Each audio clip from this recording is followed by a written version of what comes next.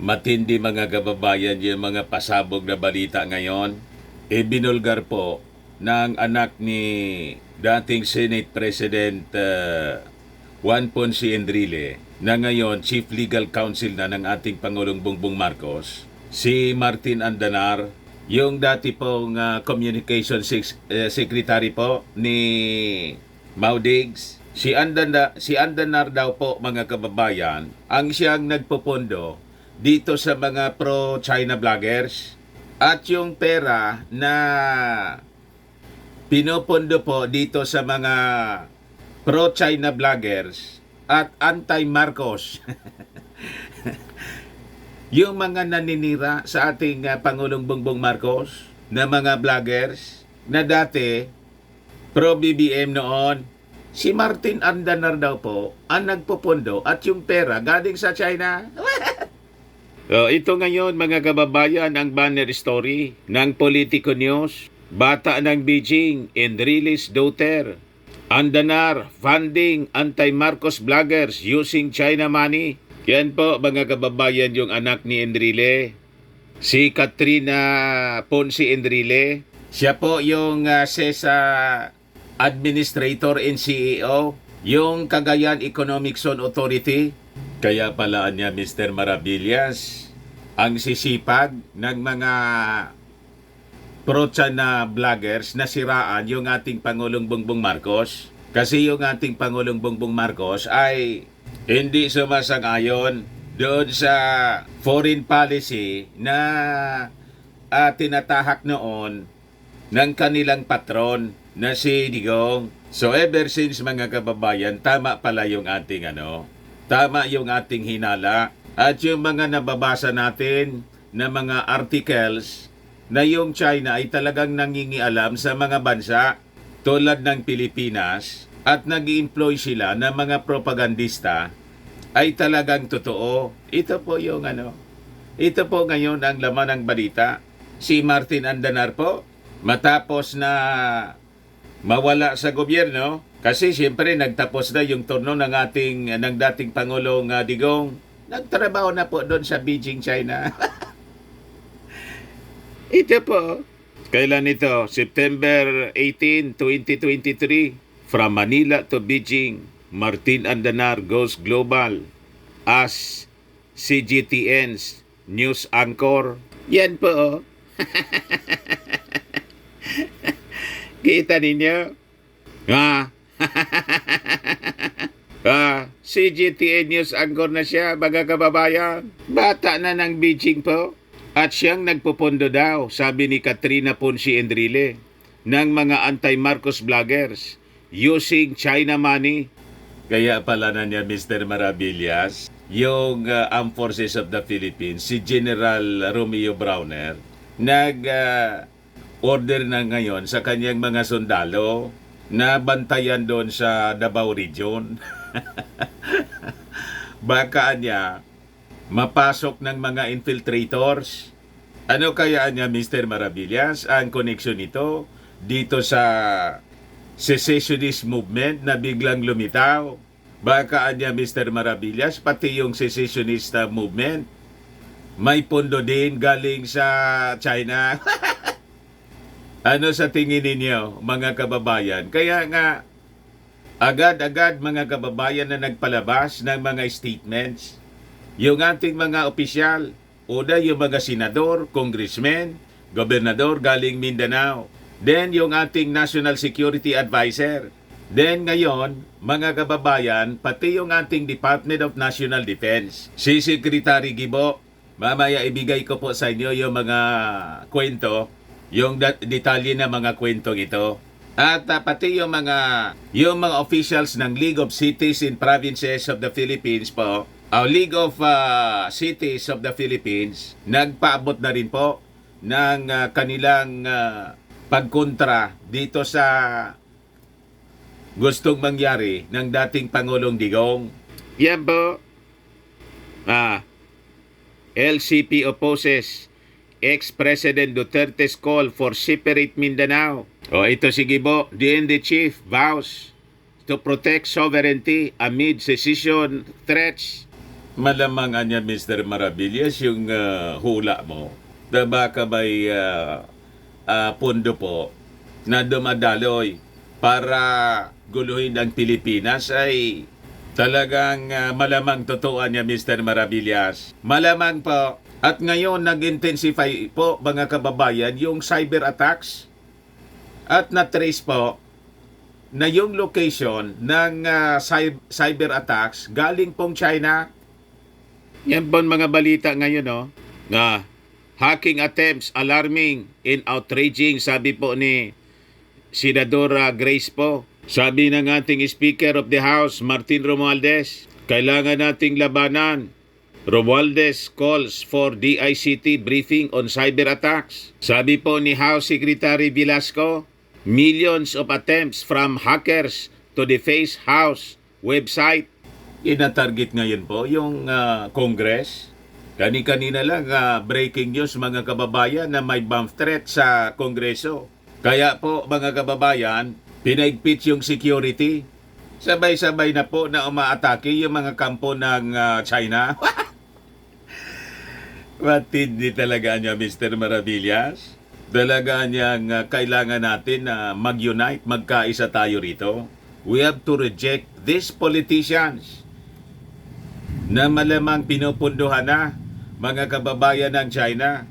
Yun na nga po yung sinasabi ko po sa inyo, mga kababayan, na mag-ingat po tayo sa pagpipili ng magiging mga leaders natin. Papalapit na yung midterm election. Yung iba dyan tatakbo pagka-senador.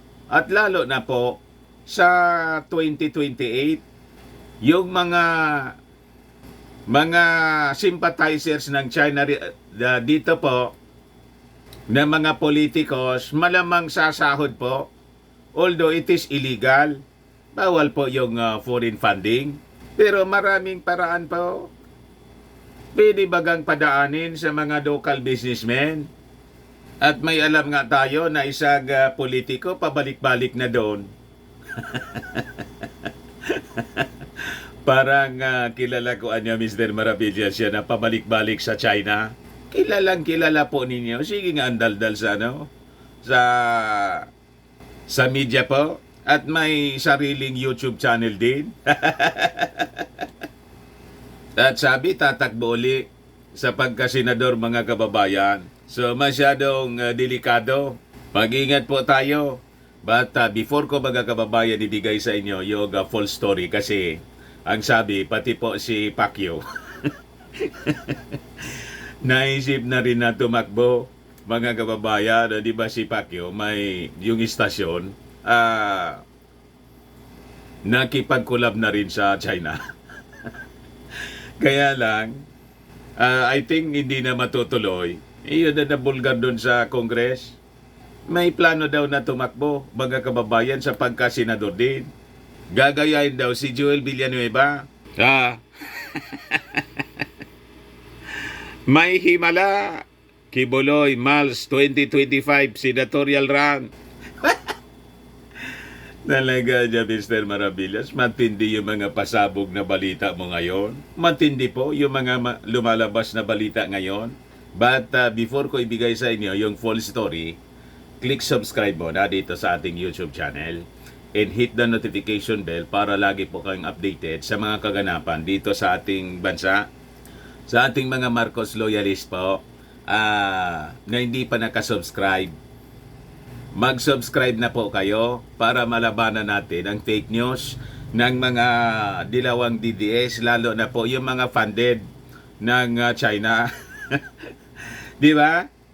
Wag na rin po ninyo mga kababayan na escape yung ating mga commercial ads para tuloy-tuloy ang pag-unlad ng bagong Pilipinas. Sa mga naghanap po ng malinis and spacious fitness gym, pumunta lang po kayo sa aming Colossal Fitness Gym. We also offer Grab Car Rental with our brand new 2023 model ng Toyota Innova. We also accept booking for those who are planning to travel via PAL, Cebu Pacific and other airline companies, local and international. And bills payment for Meralco bills, Aleco bills dito sa amin, sa Albay, PLDT, etc. Maski saan po ninyo plano na mag-travel, pwede kayo magpa-online booking dito sa amin. Pati sa hotel po, may bayad center na rin po kami at saka may Paymaya. Ang Colossal Fitness Gym is located at 3rd floor, Security Bank Building, Blanco Business Park, Legazpi City, Albay. For inquiries, look for Chilon Maravillas. Contact number 0966-802-0949. Yan po ang aming Innova. Lagi na pong matao sa amin. Na-set up na rin yung mga bagong gym equipment. May treadmill na rin po kami. At saka may bagong parada kami po. Galing Korea ito na binibenta. Whitening po siya. Ayan po, negosyo siya ng aking anak na architect, si Architect Chris Maravillas. Tingnan ninyo yung pagkakaiba before and now. iGlow Serum. 3 times effective than your ordinary collagen serum with anti-aging and brightening formula. Dumiretso na lang po kayo sa FB account niya para sa inyong mga inquiries. Ito rin, mga kababayan, Firmax cream. Mainam po ito sa paninigas ng mga kasukasuan. Pinapahid lang sa mga pulses and affected area. Ito naman po, Automax Radiant Serum. Sa mukha naman yung application. Anti-aging po siya. You will look 10 years younger than your age. Sa mga cancer patients naman po, baka lang gusto ninyo itong itry ng sa Red Mix Fruit Drink. Hindi man po siya gamot, food supplement siya. Kaya lang gawa siya mga kababayan sa goji berry. Yung goji berry may anti-cancer properties. Yung mga inquiries ninyo po, dumiretso na lang kayo sa aming messenger sa Facebook para masagot namin agad. Ayos pa mga kababayan, ayos na ayos anya Mr. Maravilla. So gusto na namin na malaman itong sinasabi mo na si Martin Andanar pala, dating communication secretary ni Digo, ay siyang nagpupundo dito sa mga anti-Marcos vloggers at yung pera galing sa China. Ayan po, mga kababayan, nagsabi dito sa Politico News, bata ng Beijing Enrile's daughter. Sinabi niya na si Andanar funding anti-Marcos vloggers daw. Ang pera galing sa China. So ayan po si Katrina Enrile. So sabi diyan, the daughter of Chief Presidential Counsel Juan Ponce Enrile has accused former Communication Secretary Martin Andanar of funding vloggers critical of the Marcos administration using money from China. The daughter of Chief Presidential Counsel Juan Ponce Enrile, na siya ring Cagayan Economic Zone Authority Administrator and Chief Executive Officer, pinangalanan po itong si Andanar na nasa likod ng mga vloggers. She warned the public against believing the propaganda of vloggers like Maharlika and Sasrogando Sasot. Sabi na, mga kababayan, bookingan niya, Mr. Maravillas. I just found out also that Martin Andanar is not based here. He is not based in Beijing. He is not based in Beijing.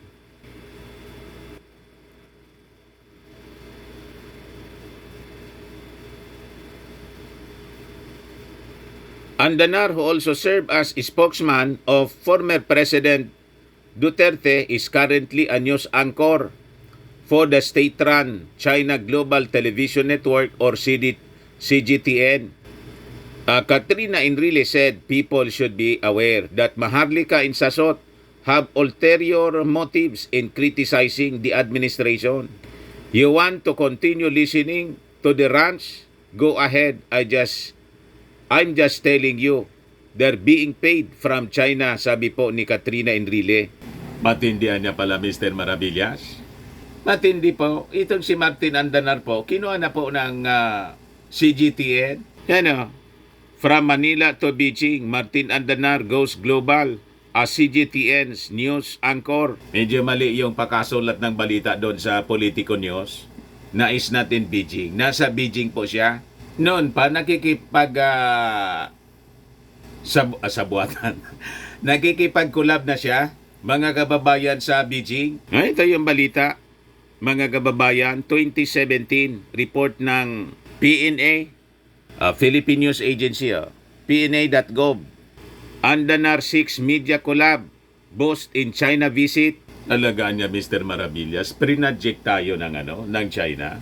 Prinadjik po. Kaya nga, noon pang kampanya, mga kababayan, talagang sinisiraan na po yung ating Pangulong Bongbong Marcos kasi yung inclination ng ating Bongbong Marcos ay hindi ipagpatuloy yung ginagawa po ni Digong na pinaaboso po yung Beijing. Gusto na pong gawing province tayo. At malamang itong secessionist movement, mga kababayan, may hand din ang China. Gusto tayo talagang i-destabilize, guluhin ang Pilipinas para humina po tayo at makapag-take advantage sila dito po sa West Philippine Sea. Kaya nga po, hindi kayo nakakalata na at this early, grabe po ang pagmamahal nila sa politika. Sinimulan agad yung pamumulitika po. Gusto nang iupo si Inday. Nagmamadali, gustong talsikin si Martin Romualdez. Kasi si Martin Romualdez, mga kababayan, siya yung knight in shining armor ng ating Pangulong Bongbong. Siya yung shield sa Congress. Kasi pag wala si Martin, yung panawagan, di ba, ni Roque, palitan daw, nananawagan sa ating Pangulong Bongbong Marcos na palitan si si Speaker Martin Romualdez as Speaker of the House. Alam na ang motibo po. Malamang sa kumpas ni Xi Jinping. Kasi si Martin Romualdez po, siya yung proteksyon ng ating Pangulong Bongbong Marcos laban sa any attempt of impeachment. Tama po yung ating mga analysis. Yan po ang rason kung bakit ayaw tantanan nitong mga vloggers yung ating Pangulong Bongbong Marcos ng paninira. Yung issue po sa Polvoron na pati si Inday nakisali, si Pulong, si Baste ba yun? Si Pulong yung nagregalo sa kanyang tatay. Tapos sinabi sinabi ni Digong sa papresko niya, wala man anyang video.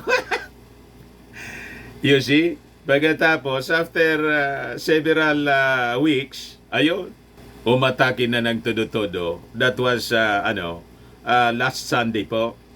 Yung matinding pag-atake ni Digong sa ating Pangulong Bongbong Marcos na tinawag na bangag at may presidente niya tayong adik. Then the next day, nananawagan na ng sinusulong na yung secessionist movement. Gusto nang iwala yung Mindanao. Nasabi ng kanyang kaibigan na si Ramon Tulfo, journalist na si Montulfo, na panood ko niya si Digong para niyang wala sa sarili. You see? So ito mga kababayan, yung payag ni Katrina Ponce Enrile. I-play ko po.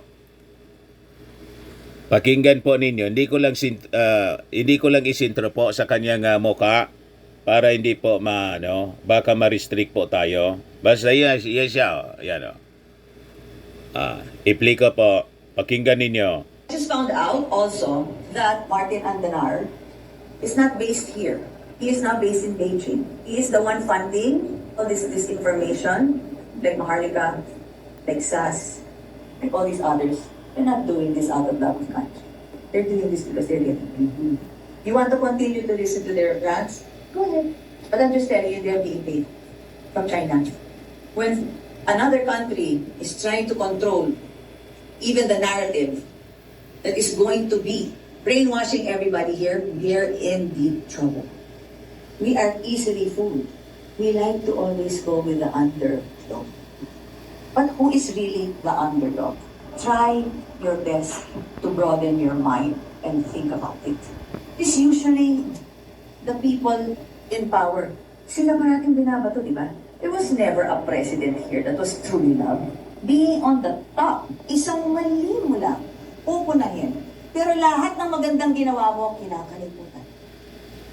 So yun mga kababayan, malinaw pa, dalawang vlogger yung pinangalanan ni Katrina Ponce Enrile na siguro some of my viewers dito po ay nanonood sa kanila. Ang pinangalanan po si Maharlika. Si Maharlika ngayon sabi may nag-share sa atin ng information, may nagkaso na sa kanyang cyber libel doon mismo sa Amerika. At saka si Sasot, si Mr. Sasot mga kababayan.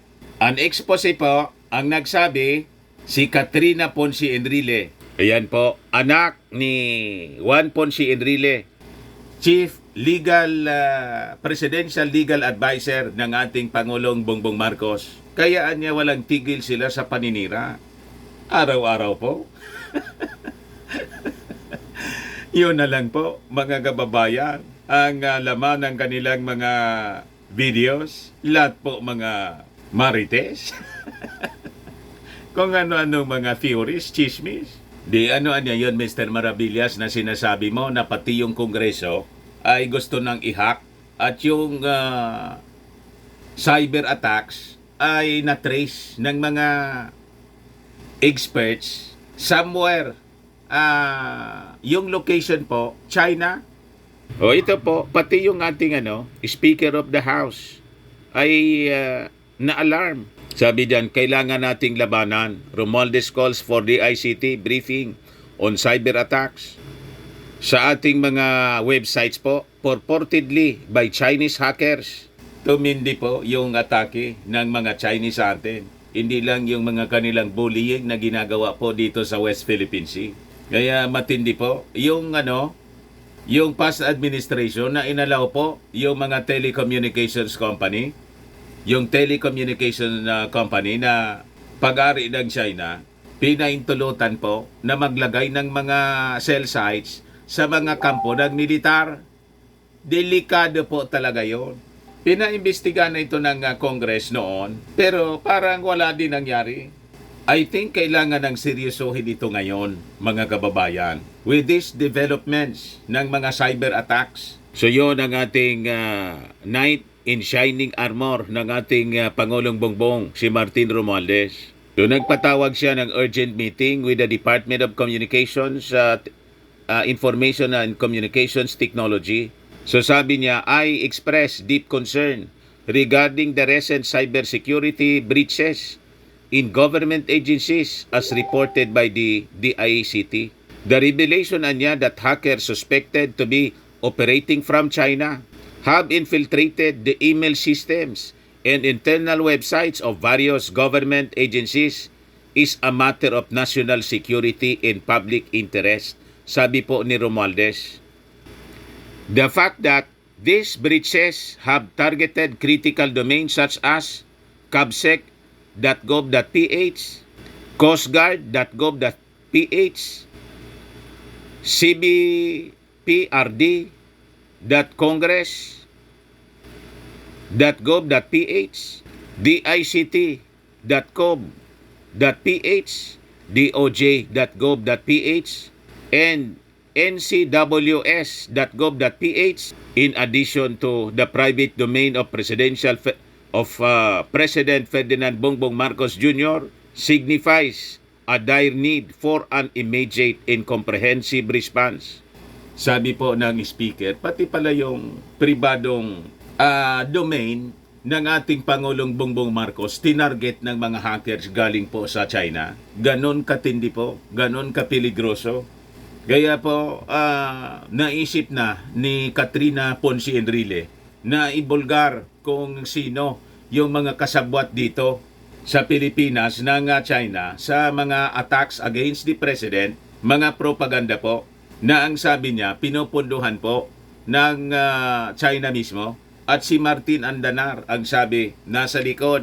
Yung dating communication secretary ni Mau Diggs, yung una pong inatake ng mga hackers, yung sa Overseas Workers and Welfare Administration. So sabi po rito, to this Romualdez said, hindi natin ito dapat palampasin at kailangan nating labanan. In light of these alarming developments, I am calling on the DICT and other concerned agencies na mag-conduct ng thorough briefing sa Congress. Itong briefing niya should focus on the nature and extent of these cyber attacks, the current measures in place to prevent future incidents, and strategies for enhancing our cybersecurity infrastructure. Romualdez underscored the importance of holding such briefing in an open hearing. Importante niya yung transparency in this matter as it affects not just the integrity of our government's digital infrastructure but also the safety and privacy ng ating mga kababayan. This incident niya reminds us of the urgent need to strengthen our cybersecurity policies and protocols. We must ensure that our national cybersecurity strategies niya are robust enough to withstand such attacks at para makapag-adapt niya tayo to the evolving digital landscape. Sabi ng ating magiting na successor ng ating Pangulong Bongbong Marcos, dapat man talaga po si Martin Romualdez. Kasi pag hindi si Martin Romualdez po ang maging successor, baka maging province na tayo ng China. Ang tinatarget na ngayon, yung Congress, millions of attempts, sabi rito, from hackers to deface House website, sabi po ni House Secretary Velasco. Yan po yung sabi niya sa interview ng media. Sabi niya, we are not so happy with these attacks on this website. According to our IT group, there have been, I don't know if I will believe them, but millions of attempts to deface, to hack our data. So there is really a cyber threat against the House of Representatives, sabi po ni Velasco. Not just the website, but the data we have to protect. Talaga niya yung mga barkada niya ni fentanyl. Sabi ng mga viewers natin, hindi na niya Fintamaw Mr. Maravillas, tawagin mo na lang na Fintagong. Parang Pentagon yung dating po, kung Fintagong. Para niya madali ma-identify. They're working overtime, mga kababayan, para durugin po tayo, yung ating gobyerno. I-discarril, mga kababayan, yung operations ng ating gobyerno. So, ang critical po, yung mga websites na may relasyon po sa ating national security. So, tulad ng sinabi ko po, mga kababayan, isip-isip po tayo, lalo't papalapit na yung eleksyon. Paano yan niya, Mr. Maravilla? Si Pacquiao pala niya, may planong tumakbo pagka senador. May plano po. Sabi rito sa balita, may himala. Kibuloy, Mals 2025 senatorial run. Sa kabaga niya, Mr. Maravilla, wala man problema kung wala man siyang disqualification, hindi pa man siya convicted doon sa mga karumal-dumal na yung iniimbestigahan po ni Senator Risa Ontiveros. So, pwede pa man siyang kumandidato basta't walang disqualification po. At tayo naman po yung magdidetermine kung siya papasok sa Senado. Di ba? So, sabi rito, yung possible run sa 2025 ay dahil na-inspire siya kay Senator Joel Villanueva's success. GIL po si Joel Villanueva So yung kanyang potential Senate bid is seen as a strategy daw to gain immunity from US sex trafficking charges and to support former President Duterte's political ambitions. Talaga niya, Mr. Maravillas, mga pang-sarili lang yung iniisip ng mga taong ito para sa kanilang proteksyon. Ganon din po yung move ni ng kanyang kaibigan na si Mau Diggs. Kaya gusto niyang iwala yung Mindanao dahil po sa issue ng ICC. So sabi dyan, despite being nowhere near the range of possible winners in early voter preference surveys, the self-proclaimed appointed son of God is supposedly upbeat about his chances of winning the midterm polls. Yan, mga kababayan, kasi yung pinagmamalaki ni Pacquiao Yung sabi, around 4 million members niya at patuloy pang dumarami na mga followers. So, magiging exciting pag ganon, mga kababayan, yung 2025 midterm elections. Pero niya, Mr. Maravillas, kumusta na yung proposal ni Diggs na Independent Mindanao? Lalo po dumami yung mga nagpalabas ng opposition po. Ayan o, LCP opposes ex-President Duterte's call for separate Mindanao. Sino man magugusto na, mga kababayan, na yung Luzon, Visayas, and Mindanao gustong i-dismember ni Digong. So sabi po ng LCP, League of Cities of the Philippines, division niya is the Philippines' greatest enemy. Yan yung sabi ni LCP President and Cebu City Mayor Michael Rama. As he backed the Interior and Local Government Secretary Benjamin Abalos call for a united nation. So sabi niya, the League supports the duly constituted authority and remains steadfast in upholding the Constitution. We must continue to be guided by selfless service, a hallmark of genuine public servants. Our strength as a nation lies in our ability to rise above partisanship and self-interest. Our nemesis is a divided nation. So, sinupalpal ng mga mayors ng mga lungsod sa buong bansa yung gustong mangyari, mga kababayan ni Mau Diggs, na iwala yung Mindanao to the rest of the Philippines. Ngayon, dumagdag pa yung mga Mindanao leaders na kumontra kay Digong. Ayan po. More Mindanao leaders express support for a united Philippines. Provincial governments of Maguindanao del Sur and Sultan Kudarat stand firm for a united Philippines. Then po sabi ni Maguindanao del Sur, Governor by Mariam Sangki, Mangudadato, we affirm that secession is not the answer to Mindanao's concern.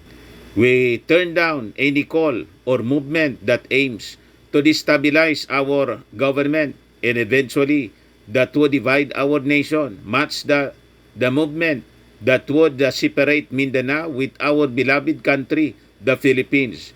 We are for one in United Philippines. So from President po, si Digong naging destabilizer. You see? Sabi naman po ni Governor Dato Pax Ali Mangudadato, Sultan Kudarat, Mindanao's concern should be resolved without pursuing secession. Such division would infringe the fundamental doctrines of our Constitution. It would disrupt the interconnected productivity of Luzon, Visayas, and Mindanao that has long sustained our national economy and risked fracturing the foundation of our unity and national stability. Nakita ninyo? Sinoplak, mga kababayan, ng mga local officials, provincial and city officials, yung naging pahayag ni Digong. Nagpalabas na rin po ng statement yung ating DND Secretary. Sabi dito, DND Chief vows to protect sovereignty amid secession threats. We will strictly enforce the country's sovereignty, joining the chorus of a security official pledging to defend the nation following secessionist threats made by former President Digong. Sabi po ni Gibo, the mandate of the Department of National Defense is to secure the sovereignty of the state and integrity of the national territory as enshrined in the Constitution. We will strictly enforce this mandate, whether externally or internally. O ngayon, biglang nag-react po yung Presidential Legal Counsel din ni Digong na si Pilikitot, Panelo pala. Ang Pilikitot niya, parang palito. Tinatawag ito si Kabayan ng mga critics niyang si Palito. Panelo po, Panelo. Overreacting niya? You are overreacting too much. Sabi ni Panelo. An overreacting po, yung amo mo. O diba?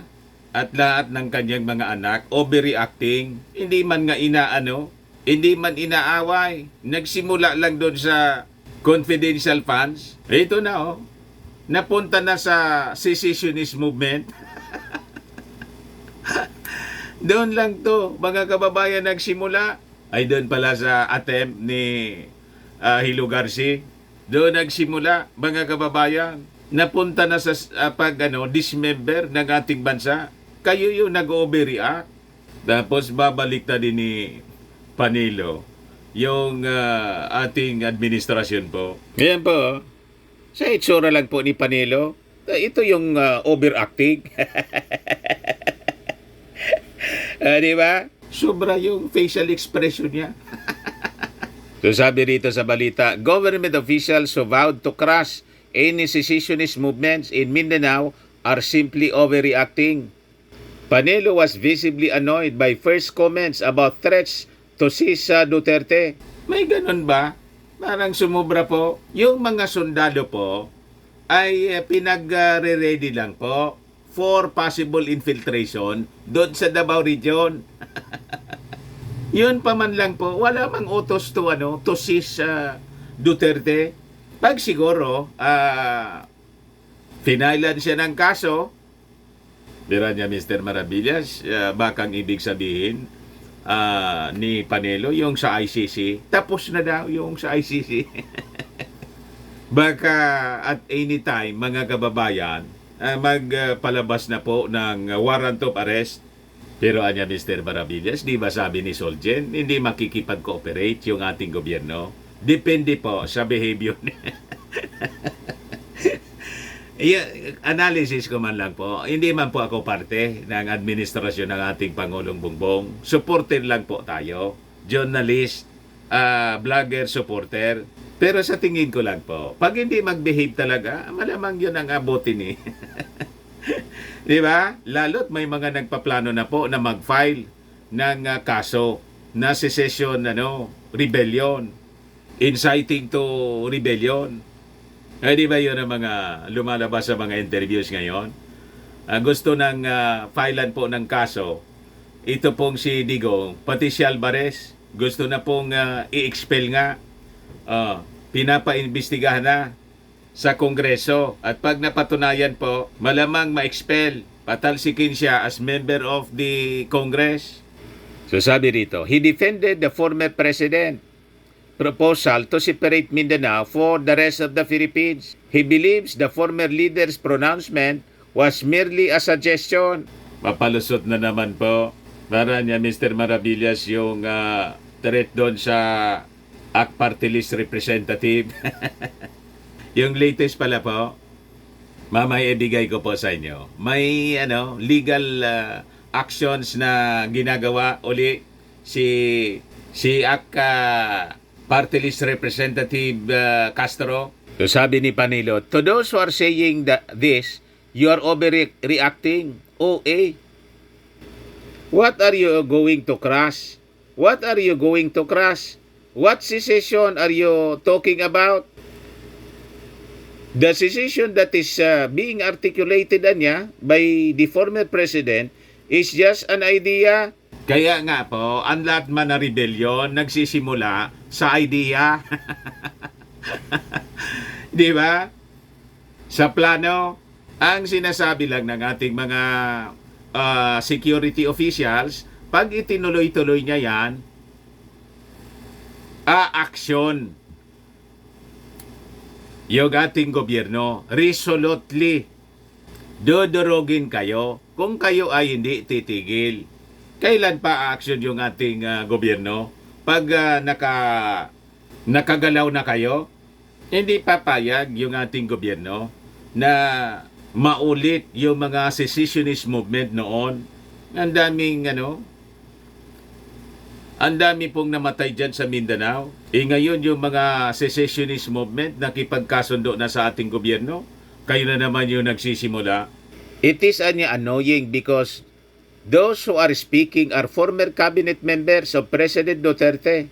You are all too eager to please Malacanang. While Panelo did not name a former cabinet member, it was National Security Advisor Eduardo Año had warned that the government would not hesitate to use force to quell any attempts to divide the nation. Anyo served as Secretary of the Department of Interior and Local Government from 2018 to 2022 during the term of Duterte. Kahit na po, yan ang mga professionals na hindi po ako mo naging opisyal siya ng dating administrasyon, yung dating opisyal na nag-appoint sa kanya, pero gumagawa ng labag sa ating konstitusyon, hindi na siya aaksyon. Di ba? Kasi may utang na loob. Hindi dapat ganon. Ang loyalty should be to our constitution and to the chain of command. Ang chain of command ngayon, Commander-in-Chief, ay yung ating Pangulong. Ganon lang po. Yan ang mga professional soldiers. Hindi tulad ninyo. Palibasa, hindi man kayo sundalo. Di ba? Hindi maaari po. Isa siyang paglabag sa ating konstitusyon. He will be committing a crime, sabi po ng mga legal experts. Kahit nga po yung mga pinagsasabi niya during the so-called prayer rally na punong-puno ng pagmumura. Sabi ng mga legal experts, pwede siyang kasuhan doon. Kaya lang, hindi ganon ang ating Pangulong Bongbong. Ito na si Franz Castro, mga kababayan. Sabi rito, Alliance of Concerned Teachers Party List Representative Franz Castro files a petition to review to annul the dismissal of her complaint against former President Rodrigo Duterte at the Department of Justice. Pinapa-review po. Anyway, yun man lang po, mga kababayan. Napaba yung ating kwentuhan. Ako po si Dante Maravillas. Bye-bye po. God bless.